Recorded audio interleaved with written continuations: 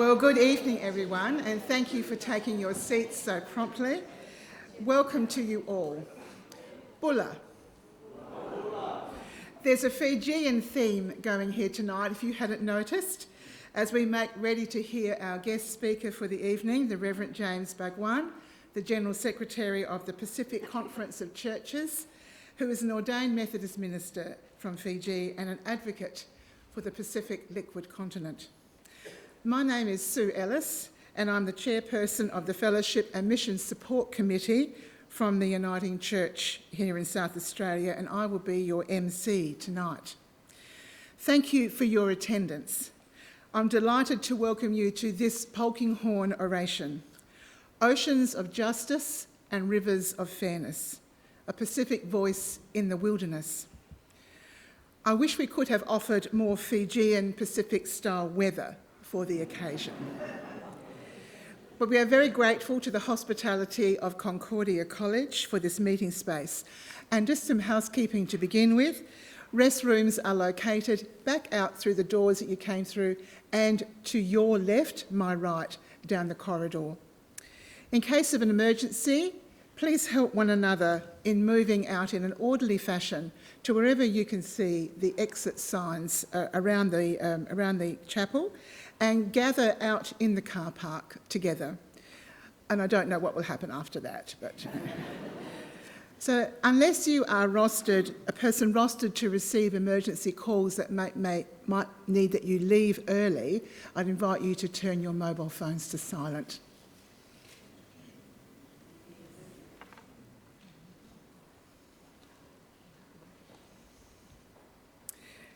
We acknowledge that we meet on the unceded lands of the Kaurna people and that we are in a significant historical time for this land and especially for Australia's First Nations peoples. It's my joy to invite Mr. Trevor O'Brien to bring the welcome to country. Thank you, Trevor.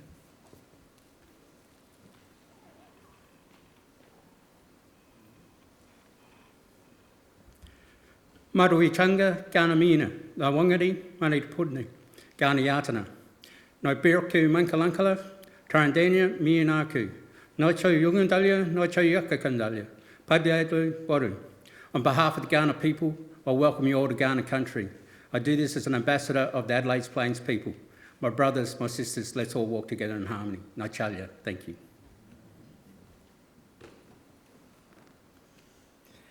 Nachalia Midlecha O'Brien, fifth son. I'd like to also acknowledge other First Nation Australians who may be present with us tonight, and actually we welcome all people who identify as First Nations people, wherever you have come from.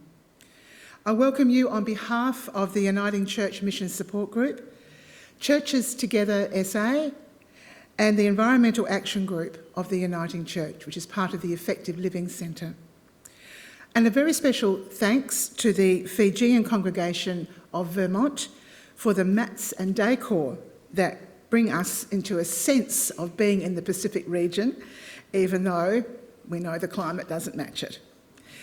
It's my pleasure to welcome the moderator of the Uniting Church, the Reverend Peter Morell, and I'd invite him to come and bring his welcome to us.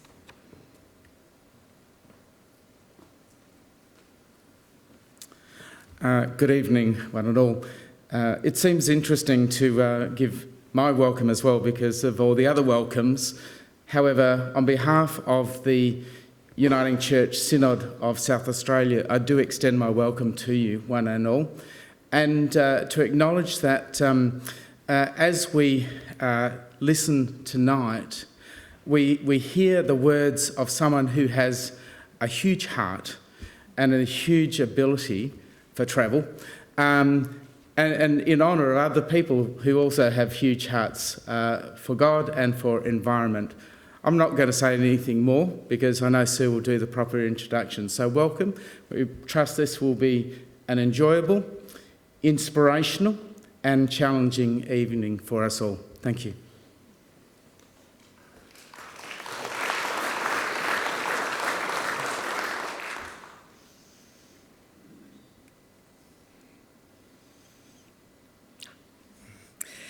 What is the Polkinghorne Oration? Well might you ask. I discovered that the chairperson of Fellowship and Mission Support Group is meant to create projects that support the Synod's mission and the senior fellowship groups that gather in their spiritual and missional life. And I was thinking about the mission imperatives of the Uniting Church in South Australia and where they might connect to the aims of our support group. The Uniting Church Synod of South Australia set a mission imperative back in 2021 to address the effects of climate change in its own life and witness, and they committed to a 5-year mission project. And this oration is offered as part of that mission witness. But why call it the Polkinghorne Oration? Well, before I was the chairperson, Brian and Jill Polkinghorne were the immediate past presidents or chairpersons of the Fellowship and Mission Support Committee. They led local fellowship groups and mission groups with the theme of "The earth is the Lord's," based on Psalm 24, verse 1. "The earth is the Lord's and everything in it, the world and all who live in it." Their time of leadership fell into COVID days, but they were not idle, instead producing the YouTube series Lessons from COVID-19 for the Climate Emergency, detailing lessons from the Bible for climate action and bringing commentary from local church members, including a First Nations woman, who shared their understandings of the way the church together can contribute to the difference that actions of faith and mission can make in addressing climate change. Brian and Jill Polkinghorne are well-known names in the missional life and witness of the Uniting Church. Brian was ordained as a congregational minister in the 1960s and is now a retired, but he calls himself a refired Uniting Church minister. Jill's life was as an early childhood educator. Early in their marriage, they felt called to missional ministry overseas, and Brian studied at the Roseworthy College to gain practical agricultural skills to assist ministry in developing countries. In 1970, they accepted an invitation from the Australian Council of Churches to work with the YMCA in the new African nation, Tanzania, which is on the map. With 3 small children in tow, it was a challenging and courageous work. Grappling with the Swahili language, Brian began work with young men at the YMCA Farm School on the lower slopes of Mount Kilimanjaro in northern Tanzania. And there's an arrow pointing from 1970 to where that is on the map.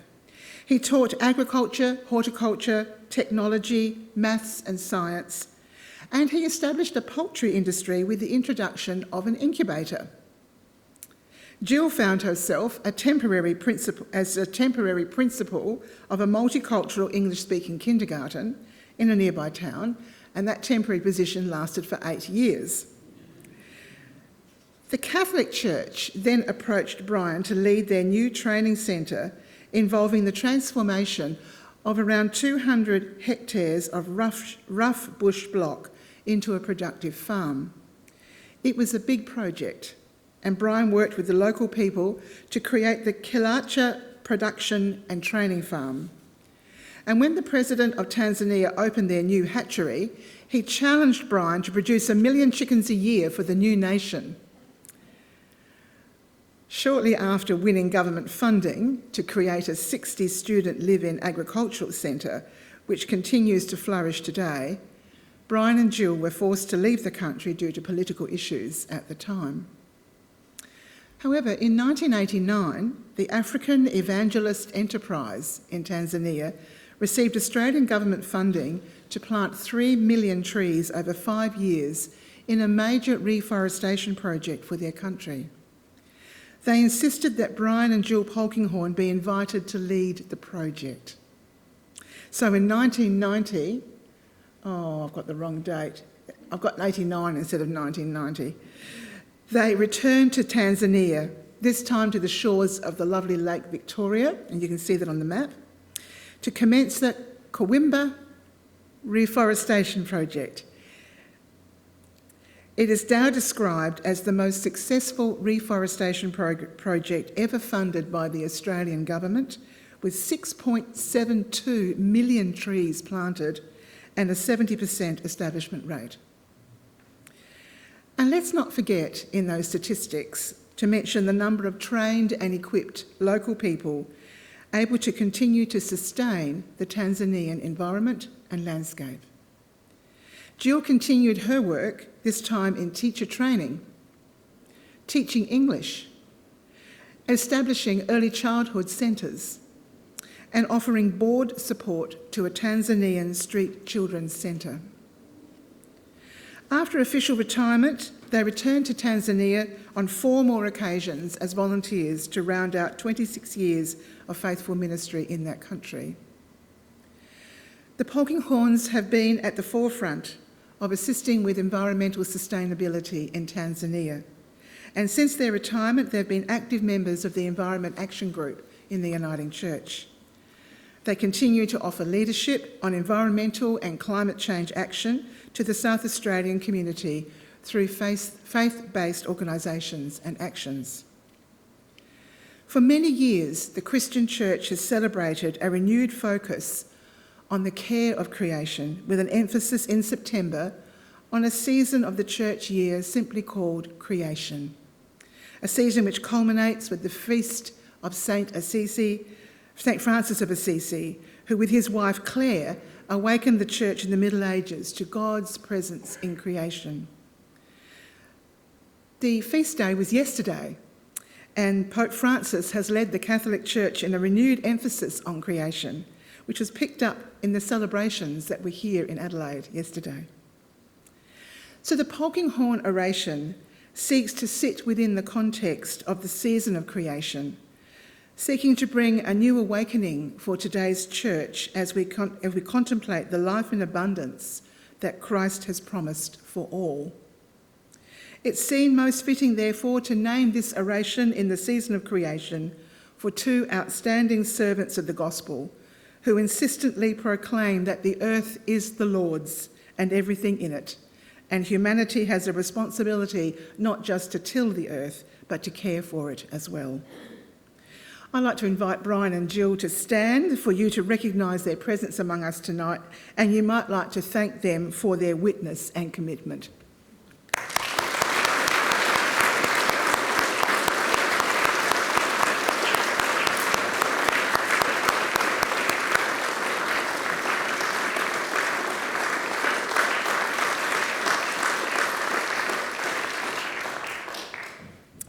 Welcome to the Polkinghorne Oration. I'd like to invite the members of the Fijian congregation who are present here today, if they would like to come and bring a Fijian welcome to our guest.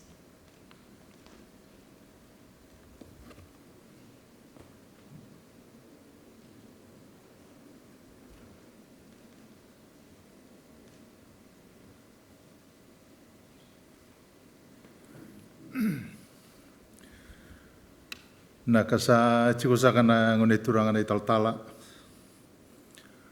na buni bola lia buni Pacific Conference of Churches na italatala James Baghwan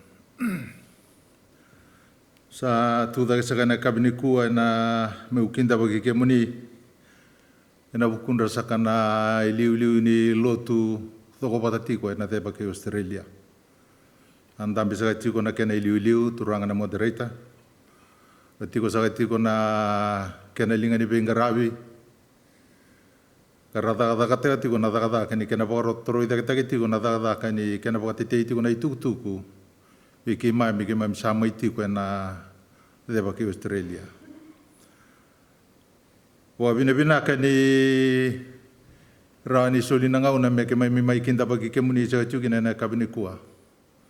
Au satu da sa chuka na buguni lotu na bugu saka ni wira na kamuni na lube viti ra tiko na baba ko suluti e bo mondi nating sangu sui ke mamiti ko na ne mamita puta tiko na boga binaka kinda bugi saka chukina na da ni kaluna tamanda ke na lubena ke na kaluna lutamp o binaka na no tu bi sureti na UCFMs Uniting Church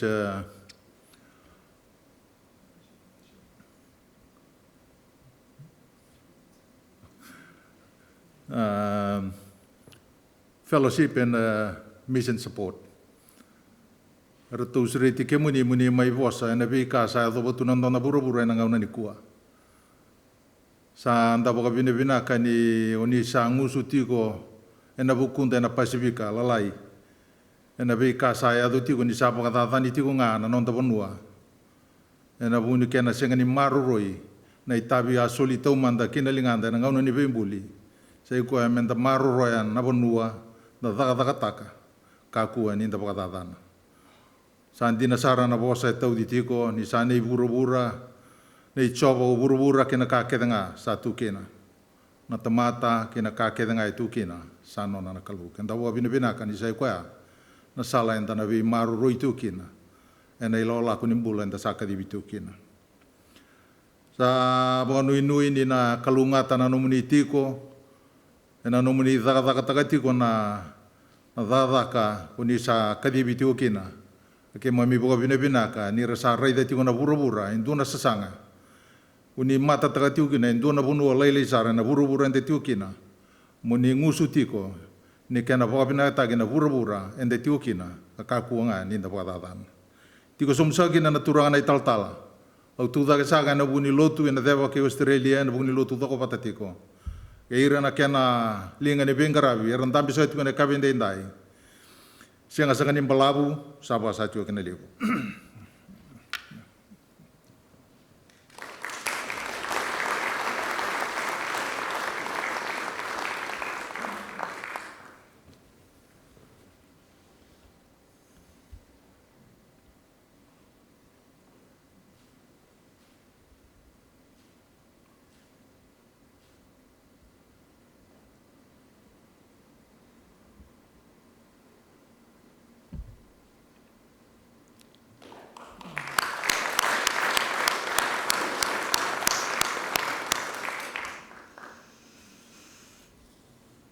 Let me introduce our guest. James Baghwan is an ordained minister of the Methodist Church in Fiji. He is a graduate of the Pacific Theological College in Suva and the Methodist Theological University in Seoul. Reverend Baghwan worked extensively in the media before joining the ministry. His areas of advocacy are climate justice, with a particular emphasis on the Pacific Ocean, gender equality, self-determination, ecumenism and interreligious dialogue. In recent times, he has challenged international thought on rising sea levels and deep seabed mining and their effect on the maritime ecology of the Pacific Ocean and the ongoing effect on Pacific Island peoples who identify culturally and spiritually with the ocean and with its islands and atolls. James has been the General Secretary of the Pacific Conference of Churches since 2018, and prior to this served the Fijian Methodist Church as Secretary for Communications and Overseas Mission. He holds a master's degree in theology, majoring in Christian social ethics.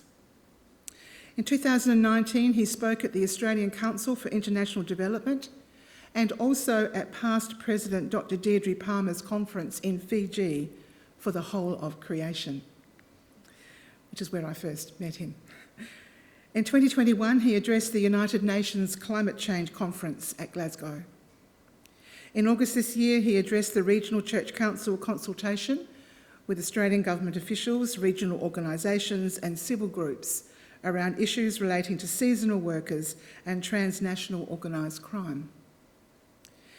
Affectionately known as the Roving Rev in some Pacific circles, he is a strong advocate for the liquid blue continent, more generally known as the Pacific Ocean. Please welcome James Baghwan.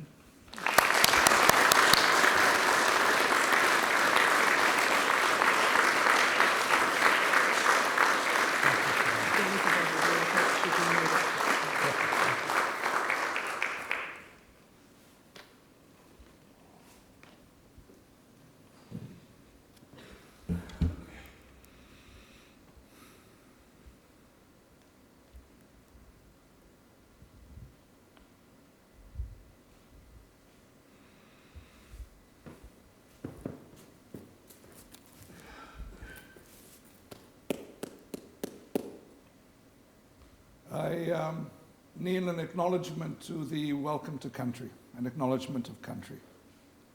I kneel here on these mats from the place I call home to the place you call home, to acknowledge the elders past, present, and emerging of your people.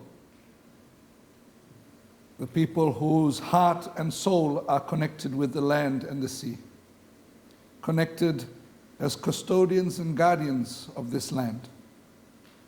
And we continue to hold you in our prayers in this very important time in history for your people and the people of the land now called Australia.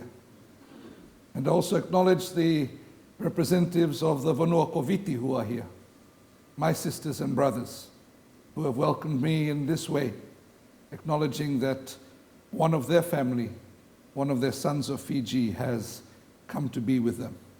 I'm very grateful, and I acknowledge all of your presence here as well this evening. And now I stand to talk. In my culture, we usually don't stand to talk. We sit when we talk together, or we kneel when we are to speak something important. But I'm just worried about the camera and the people on the sides of the room this evening. So, g'day, Adelaide.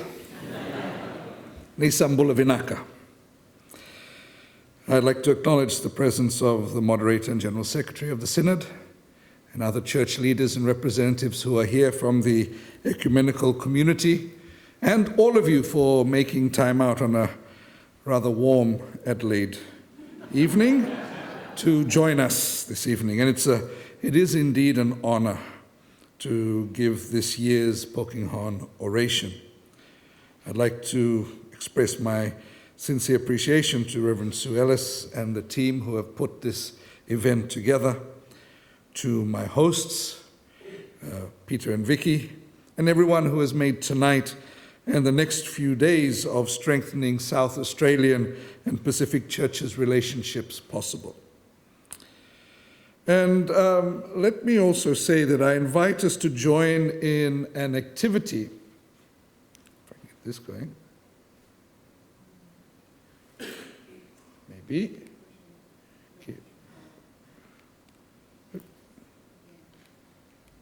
Okay.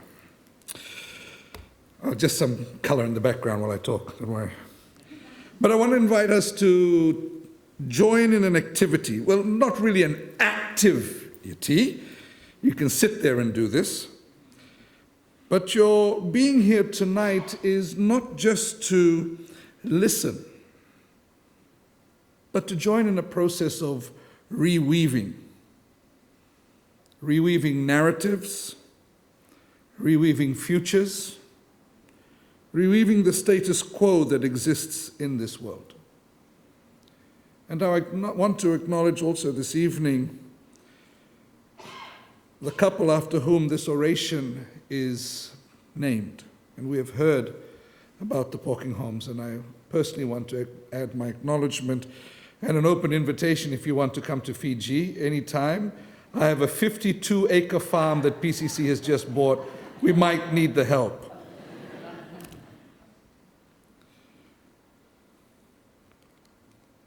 Let's see, where do I point this thing to get it going?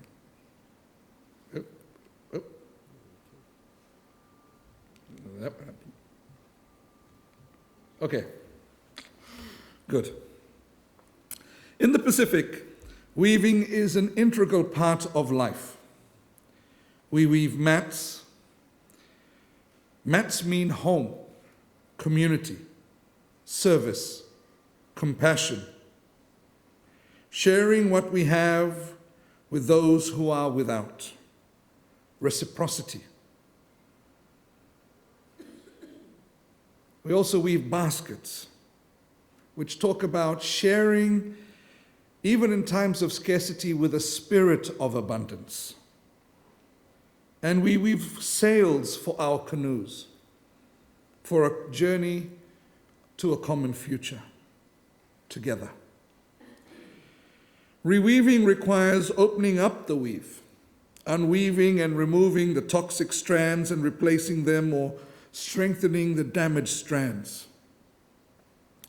And as the mat has been opened up for us to all metaphorically sit on and make community, I offer you what is in the basket that I bring, as I invite you to help me hoist a sail for a common journey. I invite you to reflect on what weaving, unweaving, or reweaving you might need to do, so that those in your community, those with whom your lives may interact, are able to experience life in abundance. So, dear friends, let's set sail on oceans of justice and rivers of fairness. You might recognize this photo. And in fact, tonight I dressed like this, just so that you could recognize me. I'm the same guy. It's also, for many of us, Thursdays in black. So, hence wearing black. So you've heard the name, you've seen the flyer, and here I am, the two of us. The guy that the flyer refers to and Sue referred to as the International Roving Rev, often a rather irreverent reverend, commonly known in Fiji and in certain places as Padre James. Yes, the General Secretary of the Pacific Conference of Churches and a Fijian Methodist minister. But this isn't really who I am. Well, it is, but it mostly speaks to what I do. And for us in the Pacific, identity is more than our titles and our jobs. Identity is about relationship. It's about kinship. It's about the story that we have with each other. So, apart from what I do and where I go, who I am is husband to Maylin, father to Francisco and Antonia, in order of age and height, not percentage of love, as I have to remind my second and shortest child. I am the child of Benjamin and Rachel. I'm a brother, a brother-in-law, an uncle, a granduncle, a friend, both real and online. And I belong by adoption to the clan in Fiji known as Luvendra Naratu of the district of Nodo in the province of Rewa, located on eastern Viti-Levu, Fiji's main island, where the capital city of Suva is located. I am a devoted fan of the Fijiano women's rugby teams, the one who won the Super Rugby this year. Yeah. And I'm a big fan of both of them in the 7s and the 15 codes, and of course support the Fijian men's 7s and the 15s teams. Sorry about that, Wallabies. But I know AFL is the main thing here, so we're okay.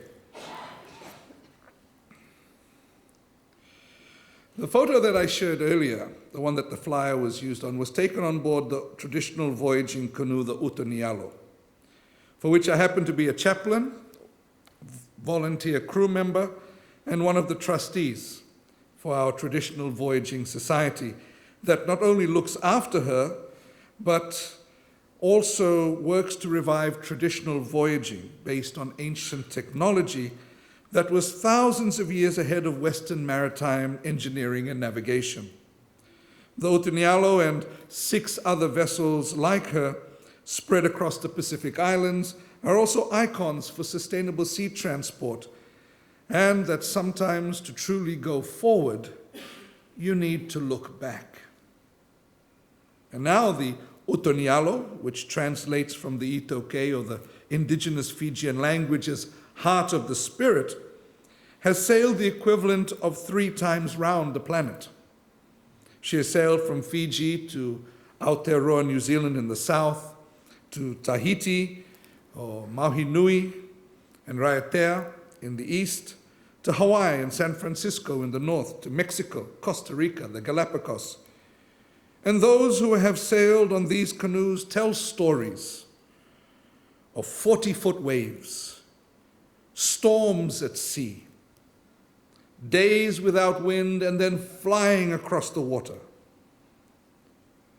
celestial navigation, using nothing but the stars at night, the stuff of legends. Unfortunately, tonight I'm not going to tell you any of those stories because I've never sailed on the Utunialo outside of Fijian waters. So you can watch the videos on YouTube for that. But I have voyaged across the ocean that connects my island home.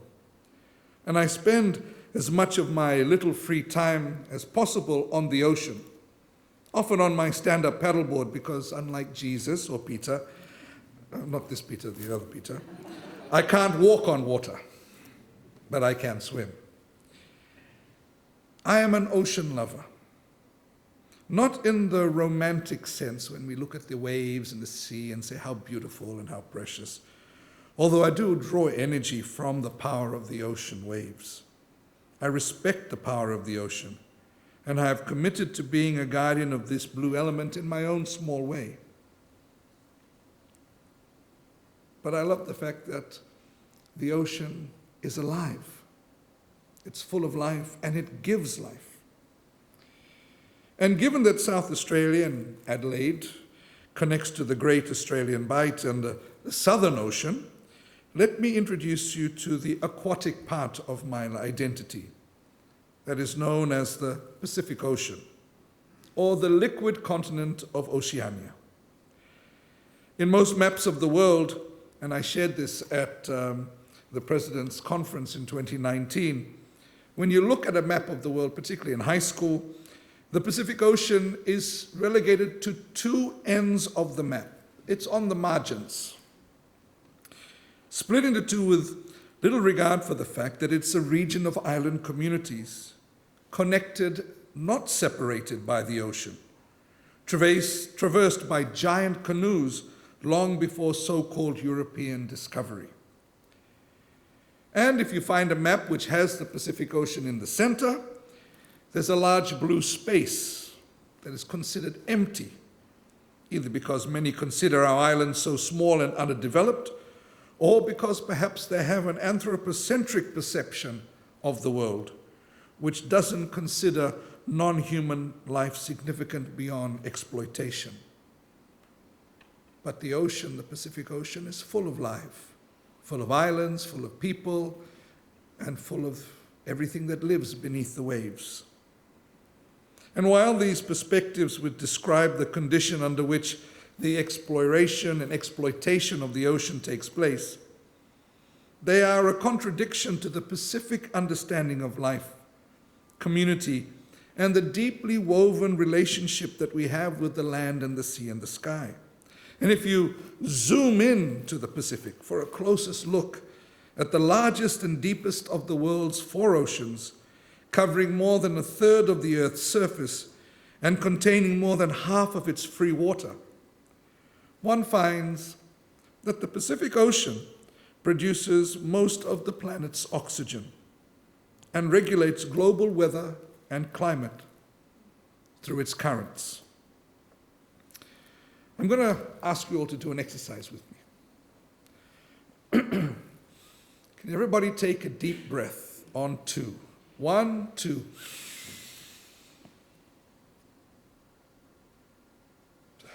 Breathe out. Don't want to let you hold it forever. And take another one. And out. That was just to see if you listened to what I said. But here's the thing. Given how much oxygen is produced by the ocean, in particular the Pacific Ocean, for every 2 breaths that you take, just like now, we say 1 breath comes from the trees and the other comes from the seas. But how often do we hear people talking about the oxygen from the ocean? It's important to save the rainforests because they produce oxygen. But the ocean also, through phytoplankton, produces and contains so much carbon and transforms it into oxygen. Most coral reef species in the world are found in the Pacific Ocean. 70% of the global fish catch comes from the Pacific Ocean. there are 5,330 native plant species that can only be found on the islands of the Pacific. There are 242 native bird species only found in the Pacific, 61 native terrestrial reptiles, not just people who drink kava so much that their skins get scaly, the actual reptiles. There are 15 native mammals, 3 endemic native amphibians, and some 4,000 snail species. Just in case you wanted to know, for some escargot. In the communities that call the Pacific home, approximately 1,200 separate languages can be found. That's 2/5 of the total indigenous languages spoken in the world. Yet we are considered small. We are often thought as a homogenized people, even though we have sub-regions and many different ethnic groups. And what I've just shared is a snapshot of the diversity, including the incredible biodiversity that is found in the Pacific. It also provides us with a picture of what is at stake and the issue of vulnerability for our ocean. Pacific Christian spirituality recognizes the integral indigenous relationship with land and sea and sky as part of the original relationship given to us by God at creation. And while land and ocean are vulnerable to climate change, spirituality, faith in God, and indigenous wisdom and knowledge are the source of Pacific people's resilience in this most challenging of times. Okay. I want us to look at this image that tells stories of millennia before Christ, right? In the time before our Savior.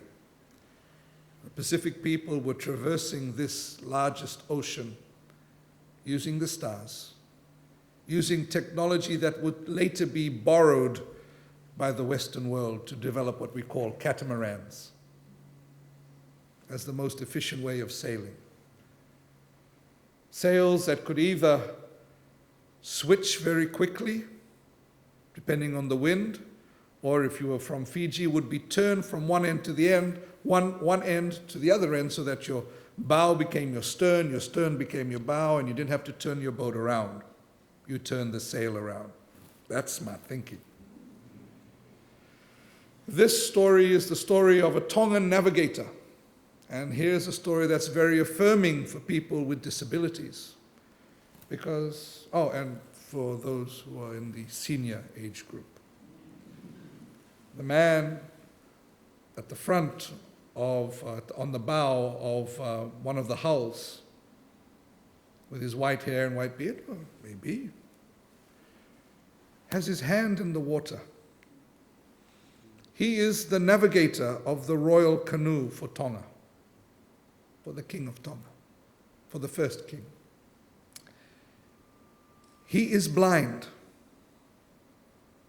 He is navigating using the temperature of the water. And he could tell from the current, the sound of where the wave hit the hull, whether it was on the port side or the starboard side, and from the temperature, from the wind, where they were. Of course, you cannot do that these days. We use GPS. But also because the water temperature has changed and the currents have shifted. But this image is a reminder that the ocean is central to Pacific Island culture and spirituality and identity. And the Christian faith, observed by almost 90% of the Pacific community, acknowledges the primordial ocean over which the Spirit of God hovered before the creation of the world. In indigenous spirituality connected with the ocean and the origin of island communities, the islands are fished out of the ocean by ancestors or sent from the sky into the ocean. For Pacific people, the generations past, present, and future are entrusted with the guardianship of this vast liquid continent of Oceania. For us, the ocean is not just the source of life, she is alive. She is full of life. She is mother and she is sister. She is part of the integral web of life that sustains this planet as a source of oxygen, sequestration of carbon by seagrass. She regulates the temperature of the planet by her dances of the currents.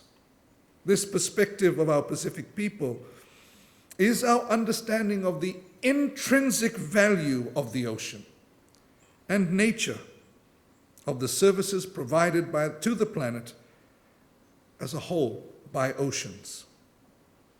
And so we reclaim our spiritual language of relationship with the ocean as mother, as sister, because she is life-giving. And in doing so, we relinquish the concept of ownership for one of relationship. We can no more exploit the ocean than we can our mothers or our sisters. Often when I go out paddling in the mornings, there is much joy when I see a vonu, a turtle, or a vai, a stingray, or a manta ray, or a gio, a shark that comes to say hello. Not particularly fond of the sea snakes that we find. But as I reflect and meditate on the beauty of the ocean, how easy it is for me to give thanks to God for Mother Ocean, and to reflect on what Archbishop Emeritus Winston Halapor of the Anglican Diocese of Polynesia calls Theo Moana. In the Theo Moana way of doing theology, the experience of God in daily life, in the environment, in worship, is conceptualized using the imagery of the moana, the ocean. The experience of God like the moana, like the ocean, is flowing and embracing, powerful yet serene, eternal yet touching the finite and the now. For Archbishop Winston, Jesus Christ is the incarnation of God the moana, who embodies the interconnectedness of the whole of creation. And Theo Moana provides the way of expressing the dynamics of the immensity of God's grace. God's grace is as deep and wide as the ocean. Each generation, as those before and those who will come after, are called by our indigenous knowledge, our spirituality, and our faith to embody a profound respect for creation as an interconnected web of life, as caring, as resilient communities, valuing well-being above profit. And yet, there is a scramble to control the Pacific Ocean, control its natural resources through a second wave of economic and political colonization, blue colonization, known as the narrative of the blue economy. This narrative uses the language of creation of jobs and revenue for countries through blue industries to sell the idea.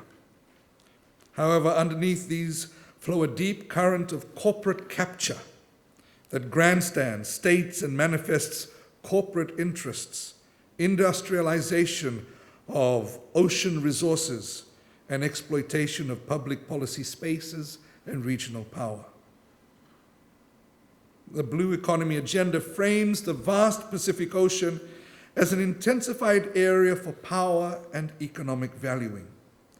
The monetary valuing of oceans, including its life-giving values, only serves the interests of monetary entities and a neoliberal ideology that has proven time and time again to benefit a few while leaving the majority behind and environmental damage.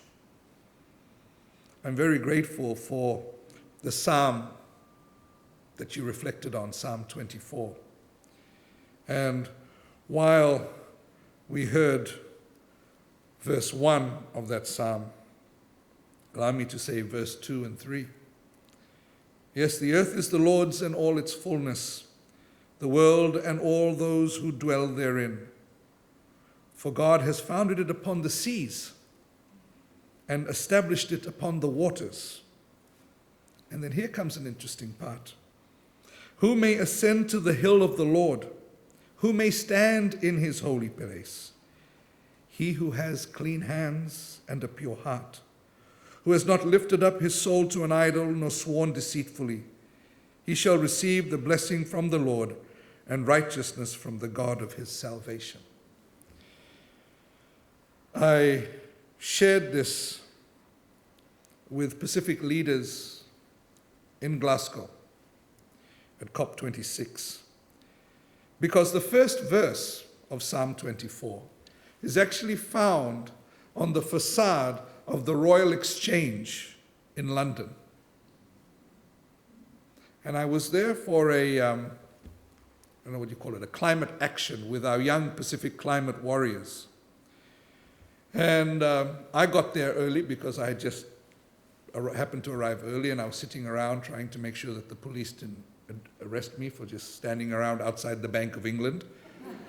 And I saw this, and I started reflecting on it, and I looked up the whole passage, and the only thing that I could come to mind was, yes, the earth is the Lord, and the Lord wants it back.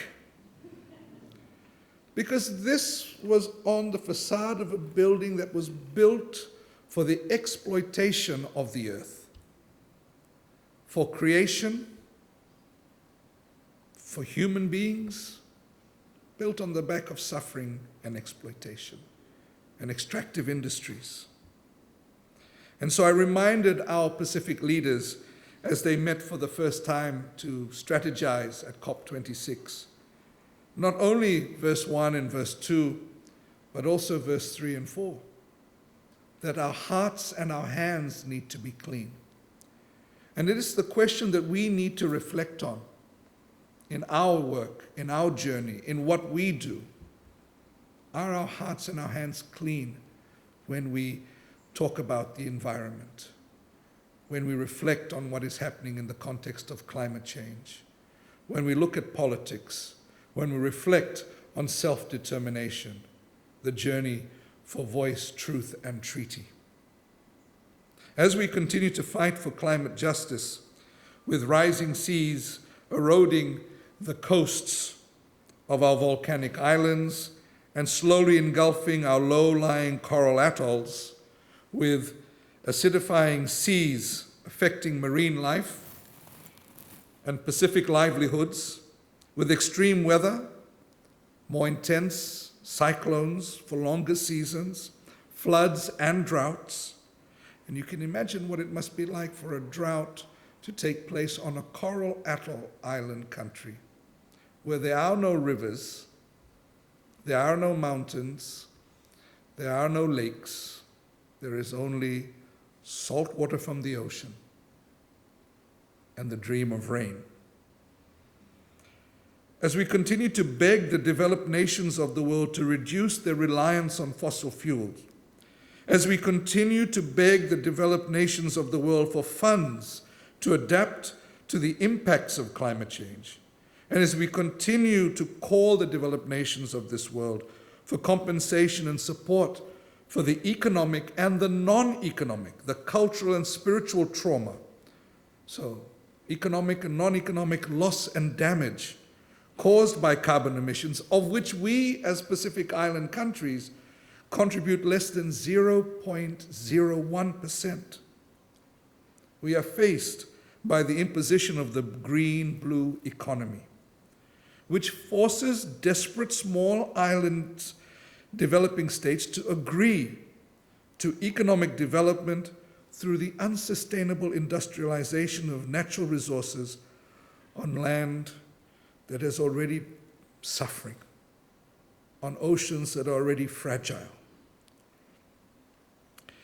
Geopolitical and economic gain undermine valuable efforts to protect the critical life-giving ecosystems and rebuild and promote long-term ocean health and integrity to sustain life for generations to come. This extractive development model is contradictory to our Pacific way of life. It challenges our spirituality, indigenous wisdom, and denies the intrinsic value of the ocean and our right as Pacific people to be self-determining by applying free, prior, and informed consent to what happens to our land and to our oceans. My heart breaks with each successive UN climate conference that I attend. Last year, we did not go from the PCC. It wasn't really a boycott, but we sailed our traditional voyaging canoe to an island that was still suffering loss and damage from an extreme weather event, from a cyclone and COVID, to take things that they needed with zero carbon emissions because we sailed there, using the money that would have been paid for me to go to Sharm el-Sheikh. It was just an example of where money can go, and even a little bit of money can make a difference, although that's not an excuse for the good lots of money that's being spent on other things to be used.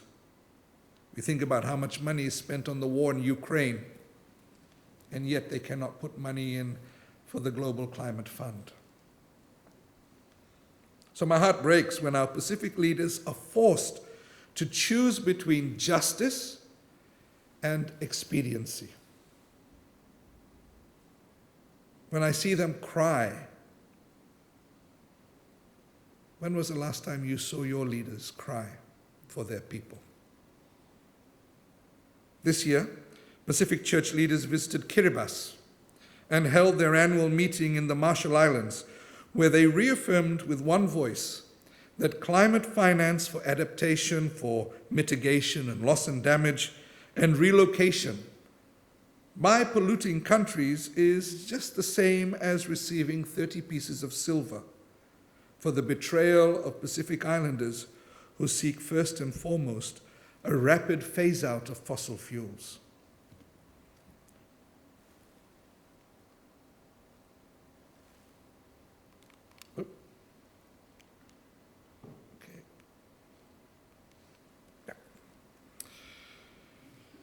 This reminds us that the heart of the ecological crisis facing this planet is a loss of vision and understanding of the delicate interdependence of life that once guided and ensured the survival of indigenous people in the Pacific and in the land now called Australia for centuries, for millennia. The sacred cords that once connected us to creation as part of the oikos, the household of God, have been severed. We have lost that relationship between oikos nomos, economy, and oikos logos, ecology, and perhaps even oikumene, the relationship of the inhabited household. And so we are faced with a crisis of integrity, a crisis of integrity of intention and integrity of creation or the environment, an ideology of domination, of ownership, of extraction, of totalism, which is sometimes sadly supported by a matching theology that continues to exploit the idea of othering, of difference, and justifying the exploitation of anything that is less than the dominant group. Global faith leaders have declared that the world humans have known, enjoyed, and celebrated is changing rapidly beyond repair. Biodiversity is being lost at a rate not seen since the last mass extinction. Future generations will never forgive us, they say, if we miss the opportunity to protect our common home. We have inherited a garden. We must not leave a desert for our children and grandchildren. I acknowledge the many churches and faith groups here in Australia who have raised their prophetic voice with us, and I thank you. In the words of Pope Francis, we are in urgent need for an ecological conversion. And that is perhaps the biggest challenge we face as a humankind. But we're in the business of conversion. So the question is, where are the oceans of justice? for communities facing the impact of climate change and exploitation of the already fragile ocean as the final frontier for resource extraction, while still fighting for the impact of the nuclear legacy of 318 nuclear detonations in our islands, which is the equivalent of 9,010 Hiroshima bombs. Where are the rivers of fairness in a system that exploits the vulnerabilities of Pacific people through extractive migrant worker schemes, often sold as development support, rather than owning the narrative that the economy of the receiving country benefits much more than the sum of the sending countries? I talked about identity earlier and who I am. I am a descendant of modern slavery. Indentured laborers brought often through deceptive means from India to work in cane fields in Fiji. And before them, sons and daughters from the islands now known as the Solomon Islands and Vanuatu were brought here under the Pacific labor trade, known as blackbirding, by slave traders driven south by the American Civil War and the abolition of slavery in the global north. Today, with the Palm Scheme, and I acknowledge my brother Tukini here, who is very active in that work, we have to make sure that the 21st century version of what we experience does not take place. That our people know their rights and responsibilities before they leave their islands, understand the sacrifices that they will be called to make and that their families back home will make while they are away. And I also acknowledge in this case the hard work of many Australian churches to support our Pacific workers, to support our Pacific diaspora. Here in South Australia, the Pacific Islands Council of South Australia, and the commitment by the Australian government to improve the program. And we have been part of that conversation. In the Pacific, we have been working on a pastoral response to the challenges that the Palm Scheme brings. But most importantly, perhaps, is the need for honesty in the narrative of the scheme and a commitment to treat communities equally. My dear friends, I'm not trying to guilt trip you tonight. Really, I'm not. I didn't come here for a self-indulgent rant on Pacific issues. But this is just a window on the things that we have been experiencing in the Pacific, what we have been facing, compounded now by the new Pacific Cold War between China on one side and the United States, Australia, and allies on the other. And we continue to experience these binary narratives which demand that we choose a side. Why should we choose a side when we need all the help we can get from everyone?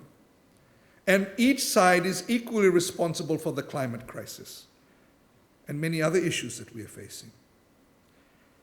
But we have chosen a side. And in case you didn't know tonight, I'm here to tell you the side that we have chosen. We've chosen the Pacific. That's the side that we've chosen. We've chosen to weave our own narratives with many strands. We've chosen to place our well-being ahead of profit. Our physical well-being, our mental well-being, and our spiritual well-being. We've chosen food sovereignty in the face of pressure for extractive development. I thought you'd like those photos. We choose the gate that leads to life in abundance for all. We chose the path of self-determination. Yes, political self-determination, sure, but also social self-determination, economic self-determination, and ecological self-determination. Identity, rooted in relationship to land and ocean, to community, to God, to the past, to the present, and the future, to indigenous knowledge, experiential faith, and spirituality and practice, to ensure the guardianship and custodianship of creation for the well-being of all, not just a few. And these are the struggles of your Pacific brothers and sisters, particularly in Maui Nui, French Polynesia, in Kaniki, New Caledonia, in Tana or West Papua, and I must add, the struggles of our indigenous sisters and brothers here. Yesterday, I was supposed to be in New York at the UN for the fourth committee, which is the UN General Assembly's fourth committee on special political issues and self-determination. But I knew that I couldn't get here in time. So I chose you guys over the UN. But, yes, exactly. You know why? Because next year they'll still be in exactly the same place we would have left them today. That's the nature of it. But yesterday, the Reverend Francois Pihatai, the president of the Etaratia Porototani Maui, or the Maui Protestant Church, who is the WCC, the World Council of Churches, president for the Pacific, and from French Polynesia, the colony that was home to 193 nuclear tests. He spoke at the fourth committee and made an intervention. He asked the question, who am I?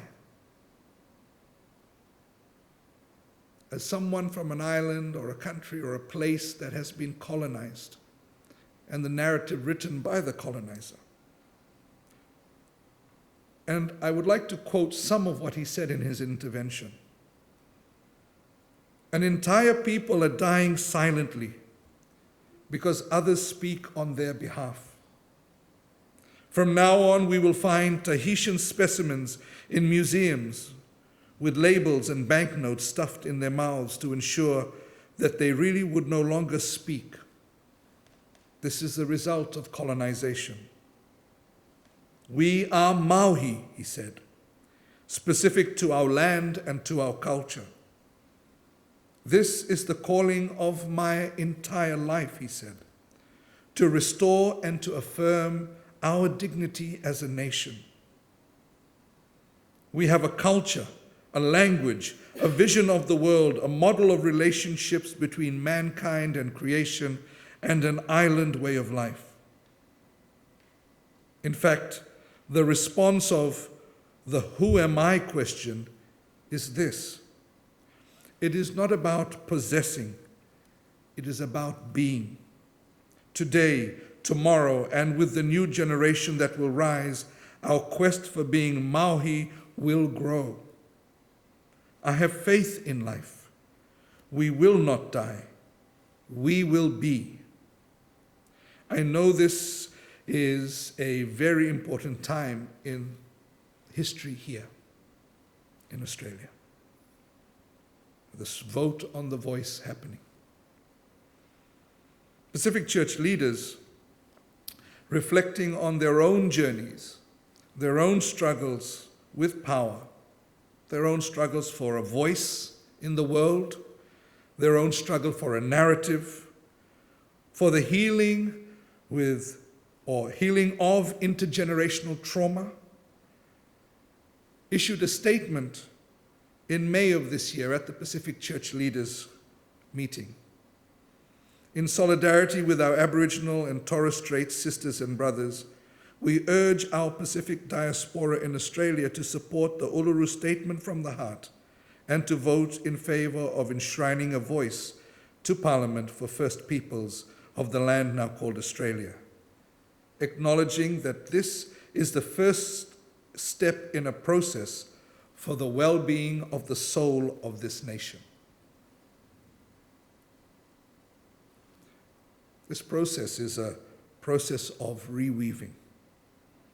Not only of reweaving structures and systems, but of stories that have been left out of narratives. For the wisdom that only people whose heart and soul are connected to the land can bring. I remember at the UCA President's Conference 2019, we had been talking about self-determination and many of these issues. So sorry if you're hearing it again, Deidre, Sue, and others. I've added some new things, of course. But when we talked about this way in which Pacific Islanders, indigenous people are trying to provide an answer to the crisis, the ecological crisis in the world, some from the group said, yes, we need the Pacific to show us the way. And I was deeply troubled because sitting right in front of me were representatives from the United Aboriginal Islander and Christian Congress. And I said, don't look to us, look to your people, look to your wisdom, look to your indigenous knowledge and spirituality. And so, dear friends, this weaving that takes place and that needs to take place in every community that is struggling needs to be one that is undertaken in love. Justice, as I believe Cornel West said, is what love looks like in the public space. So we need to do things out of the love and in response to the love as Christians that Christ shares God's grace. The challenge that we face in today's world is that we've forgotten or we've been taught that it's not good for self-love. How can you love the other, the neighbor? How can you love God if you do not love yourself? We need to remind one another that each person is worthy of love. And I think that's a big challenge that we face in the world today, because love has become transactional. I look at my children's generation and see just how transactional it has become. And so our relationship with God becomes transactional as well. And we see that as more and more communities struggle for resources, struggle for money, that they develop a very transactional relationship. But if our relationship is built on love and our weaving is done as a community, then we can reweave a strong mat, a fine mat, a mat that is big enough for everyone to sit on. Yep, I did it again. So I come back to the canoe, the symbol that wisdom and knowledge holds the key to the future. And sometimes, to go forward to the future, you have to look back.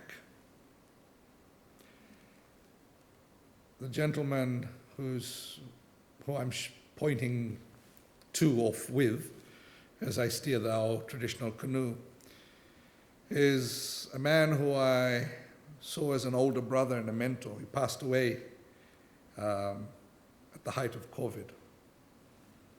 And it was my very sad, solemn duty to bury him at sea. The late Colin Philp was a backbone of the traditional voyaging community in Fiji, but also a person who had a deep, abiding love for the ocean and challenged people to move at the pace of the ocean, that we need sometimes to slow down, not rush forward too fast. The Pacific, including this nation and Aotearoa, New Zealand, have committed to a common vision for the next 27 years. It's called the 2050 Strategy for the Blue Pacific Continent. It's a political strategy. And if the politicians can do it at that level, then the people can certainly do it, because we often do things much better than the politicians. Sorry if you're a politician. To weave with us in the Pacific, you must learn to weave amongst yourselves. Weaving as a community and seeing weaving as an act of love, of giving gifts. Reweave your mats together to strengthen your community. Reweave your baskets so that there is enough for everyone who needs. Reweave your sails so that together you can harness the wind of the Spirit that hovered over the face of the primordial waters before the dawn of creation. So that the Holy Spirit, that powerful wind of God, can help you sail together into an ocean of justice that is fed by rivers of fairness. May God bless you. May God bless your journeys together. And thank you so much for listening to what we've had to share. Banaka.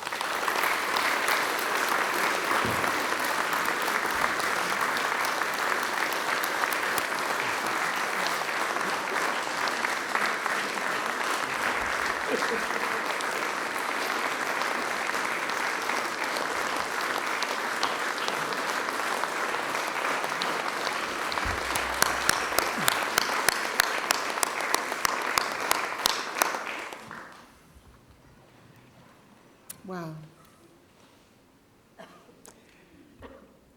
There are many threads in that oration tonight, and I'd like you to take some time to think about the strands that have been laid before us and how we might weave those.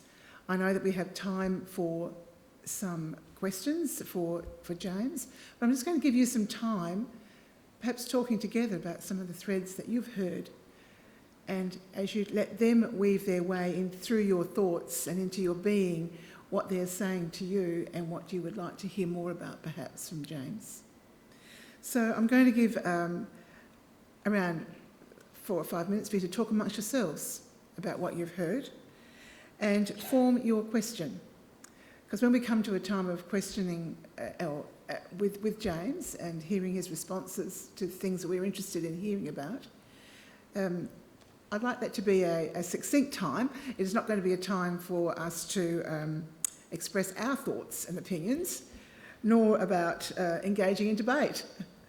It'd be good if we could find some concise questions to speak to ask of James that he might respond to in about 4 or 5 minutes. So please spend a bit of time with those threads and let them weave their way into your conversation and your thinking.